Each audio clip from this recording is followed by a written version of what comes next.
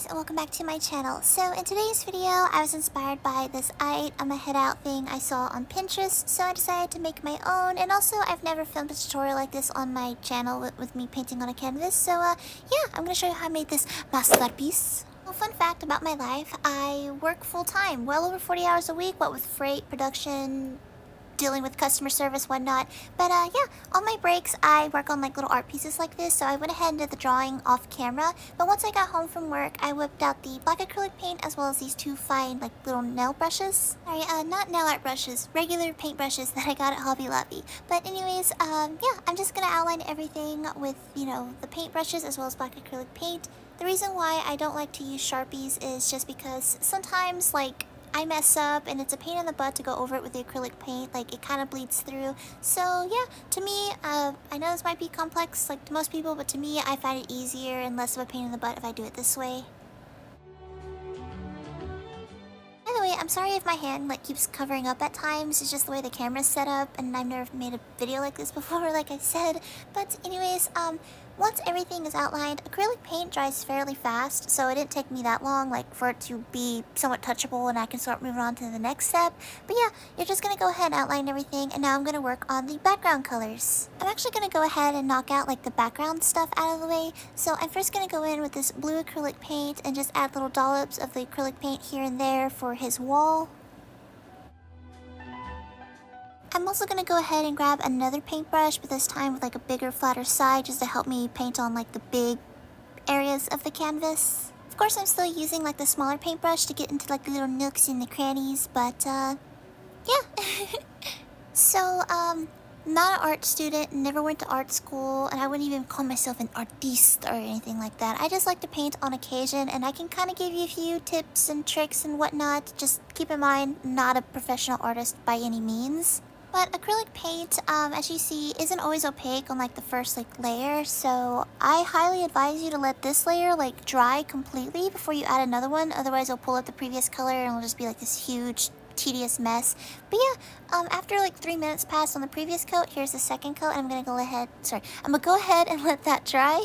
Sorry, got a little tongue-tied there. A really bad speech impediment as a kid, kind of slightly better as an adult, but oh well, you don't care about that. But now I'm gonna go ahead and go in with some brown acrylic paint and start painting in the door. This acrylic paint, like the bottle I'm using now, is about 2 years old, so it's a little kind of slightly patchy. Oh well, I'm gonna let that dry before I add another layer. In the meantime, I'm gonna go ahead and start painting on like his TV.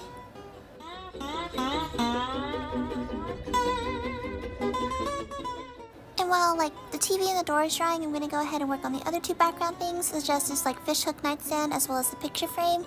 I'm now gonna go in with like this baby formula dookie colored acrylic paint. I don't know what to call this color. By the way, guys, all the names of like the acrylic paint used will be in the description box down below. But yeah, so gonna let these two dry completely before, you know, I keep messing with it. In the meantime, I'm gonna flip back to like the other side of the canvas and start working on the door again. I went ahead and added like another like layer of brown acrylic paint off camera, and now I'm just gonna go in with that same dookie color and just kind of add some shading and highlight to his door. So far so good. I'm now gonna go in with some purple acrylic paint and just kind of, you know, fill in like the window as well as like that little base bottom right here. Once again, this purple acrylic paint I'm using is kind of old. I actually don't even know how old it is, but it's like really patchy, so I'm gonna go ahead and let this layer dry. Go ahead and flip back on the other side of the canvas and fill in the el teléfono. Both sides of the canvas are still moist critical, so I'm gonna go ahead and let like them completely dry before I like start messing with them again. In the meantime, I'm gonna go ahead and start working on like the actual chair itself. So I'm just gonna go in with some red acrylic paint, add little dollops here and there, and just start, you know, painting, filling them in.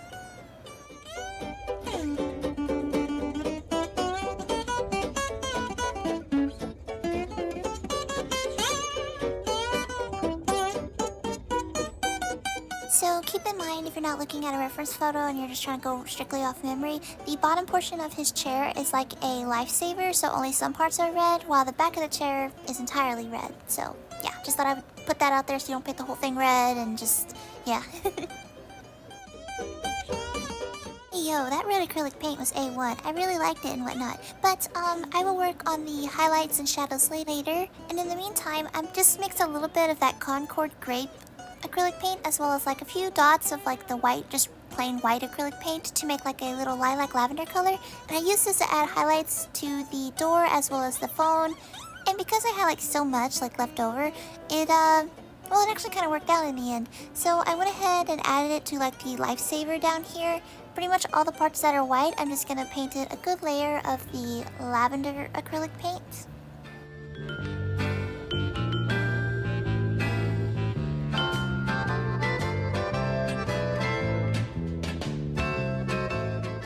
So we're gonna go ahead and let this base color completely dry, and in the meantime, I'm gonna go ahead and try to finish that like poster frame in the background. So I'm gonna go in with a little bit of Cosmo, a little bit of Wanda, and I'm just gonna finish going in and painting on the little snail.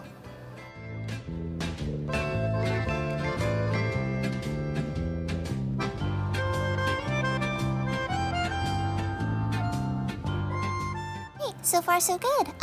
We're heading in the step of the right direction, and what I mean by that is we're gonna go ahead and start working on SpongeBob himself. So everyone knows who SpongeBob is and what he looks like. So don't really have to elaborate that much on there. I'm just gonna go ahead and add his base colors like so.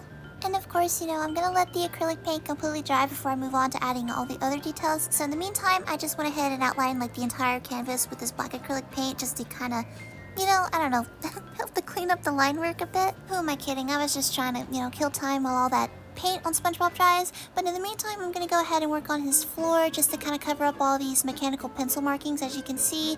And, ooh, I tell you what, this acrylic paint's pretty opaque. Me gusta.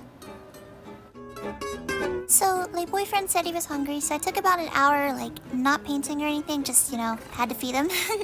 But, gave me plenty of time to really amp up and finish this bad boy, aka this canvas. So, obviously, gray acrylic paint for the little remote, then went in with some red as well as some black acrylic paint just to finish off his outfit. Teeny tiny lines of blue and red for his socks. Took that same red acrylic paint and like one little dot of black for like darker shades, one little dot of white for like some highlights, and yeah, now I can go ahead and start working on SpongeBob. So I mixed in a little bit of yellow as well as green sherbet, green acrylic paint for like some shadows on him. And exactly the same thing I do when it comes to my nail art is I just used my really fine paintbrush as well as black acrylic paint just to do the connect the dot method, what for like his like little face of the Ima Head Out. Said all that in one breath. Oh my goodness. But yeah, so now I'm just gonna go in. I mean, come on guys, everybody knows what SpongeBob looks like. Do I really have to fully explain? But yeah, SpongeBob's pretty much done at this point. I'm just adding like little highlights and shadows to his chair as well as like anything in the background.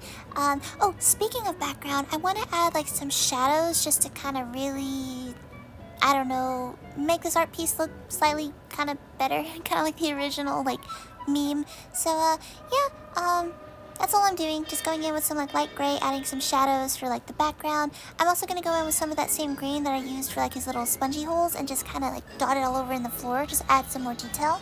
Okay, so hopefully my nasally voice hasn't ran off anybody at this part of the video.